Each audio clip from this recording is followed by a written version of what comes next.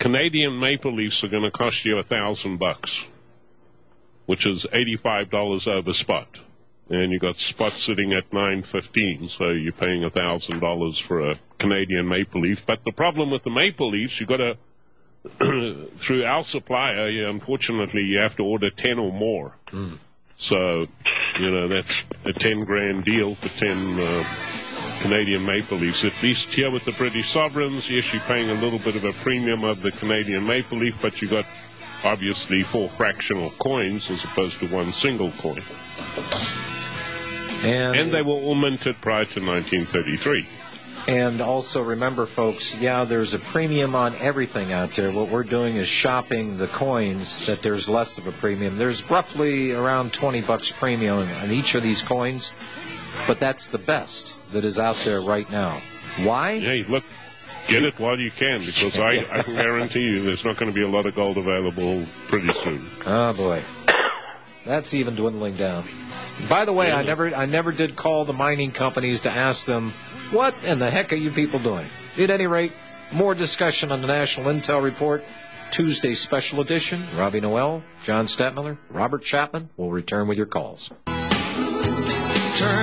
We're back, ladies and gentlemen, on the special edition of the National Intel Report. It is Tuesday, the 17th of March, 2009. With us, as usual, and there is comfort in usualness, folks. Have you noticed things that are familiar? Robert Chapman of the international forecaster Robbie Noel of his own program on this network, Republic Broadcasting Network, The Flip Side with Mr. Noel from 6 to 7 p.m. Monday through Friday. We're very glad that he is on this network. Robbie, you were out by the pool trying to bake what's left of this disease out of yourself today, huh? Oh, no, I killed it last night. I made a curry that was so hot it would melt the chrome off a 57 Chevy. I think I've nuked anything that was alive. By the way, whatever you did, you just cooked a microphone or something. You, my friend, are distorted.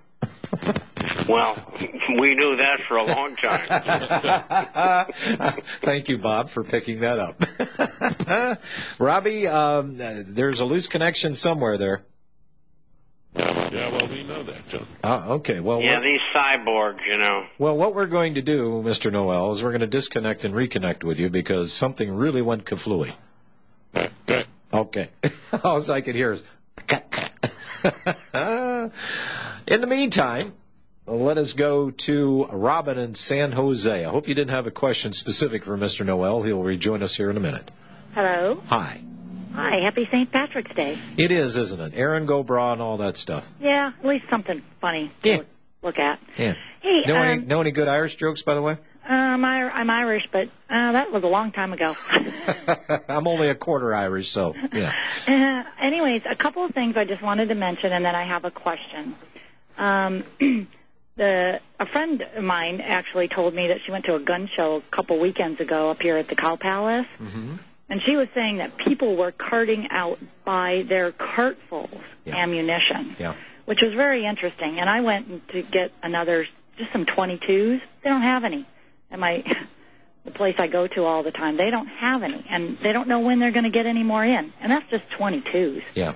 So I thought that was pretty interesting. Well, and also for the remanufacturers out there, people are used to going and buying ammunition at gun shows. Chances are they're buying remanufactured ammunition. And that means that they've got to get the brass from one source, and one of the biggest sources of that used brass to remanufacture new rounds came from the United States military, and Barack Obama just cut that source off. Yeah, I heard about that. Yeah, so what you're going to see is a contraction in ammunition supply, but also the escalation. And here's another tax, folks. Look at it this way. An escalation in ammo prices. So luckily, my dear lady, I've been telling people for 15 years, the 4 Bs, the bullion, the bullets, the beans, and the Bibles. And hopefully ammunition doesn't go bad. Just keep it dry. Just keep your powder dry. Yeah. We've had a number of subscribers write in and tell us of the shortages that this young lady's talking about. Mm-hmm. And I've always said for every assault weapon you have 10 30-shot clips and 1,000 rounds of ammo. and that will last you 5 minutes in a firefight on semi-automatic. I had somebody email me and say that and it was derogatory. They said, well, you said you had 10,000 rounds of all types of your ammunition for all your guns. And he says, well, you said you had a 50 cal. He says, those are going for over $1 a round. You mean to tell me you got 10,000 rounds of 50 cal? No, I don't have that many. I got enough to go get another stash of 50 cal if I need it, though. Robin, hang on a second. Terry, Mo, and others, we'll get to all of your calls. 800-313-9443 on this special edition of the National Intel Report on this Tuesday. See you back here in a flash.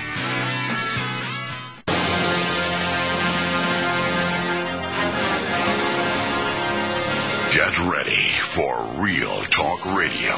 You're listening to the National Intel Report with your host, John Stadtmiller.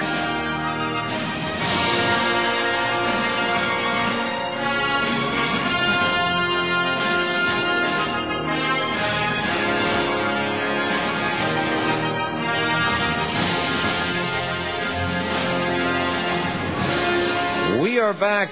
Robin in San Jose. We kind of skirted off your intent for your call. Go ahead, ma'am.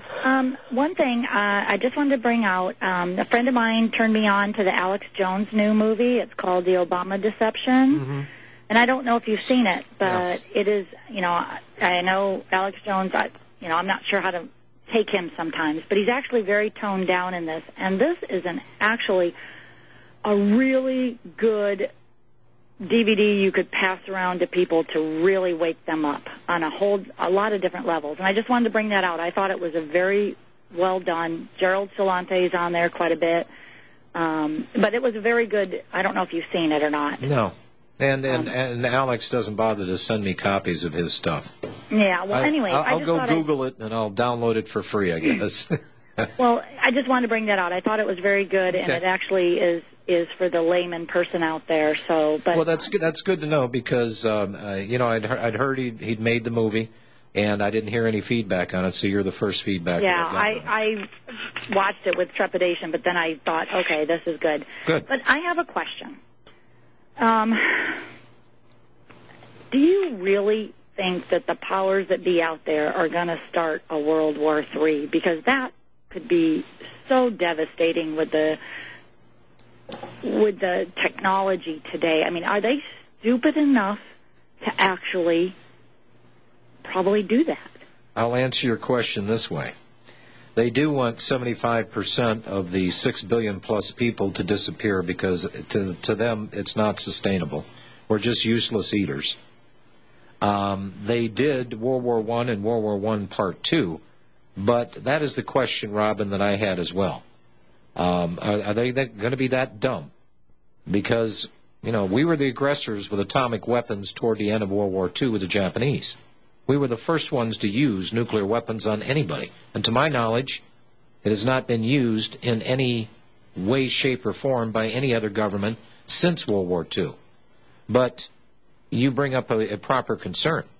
Are these people dumb enough to do this? If they set the keg alight, are they going to be able to put it out? I don't know. That's an outstanding question, Robin, and I don't have an answer for that. Are they that stupid? What's that, Robbie? So long as you have Zionists in power, you can almost bet on the fact that we will see World War III. And I agree. And if you look at history, you will see that every time they pulled what they're pulling right now, they've had a war along with it. And every time, millions of people have died, and the conspiracy has been unsuccessful in implementing world government, and they will be again this time. And you can take that one to the bank, right, Bob? That's right. We're going to get them this time. All right. Yeah, I just want to pass this on because obviously from time to time we talk about mining stocks.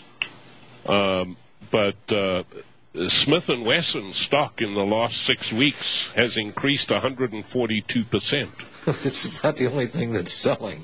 Well, I was very disappointed because they stopped manufacturing the Highway Patrolman 6-inch 357 Magnum one of the greatest weapons ever made. Very accurate. I was very disappointed. I don't know why they did that. Yeah, but Bob, you can't knock 142% gain in 6 weeks, brother. Oh, that's wonderful. And that's highly unusual in these markets. Everything's been getting killed, and the gold shares have essentially held their own. And coins have done better, and numismatic coins have done even better. And, you know, I'd be interested, and there's no way to find this out, but I'd be interested to find out and to know all the anti-gunners out there and the gun grabbers for the sake of a profit that are trading in Smith & Wesson stock.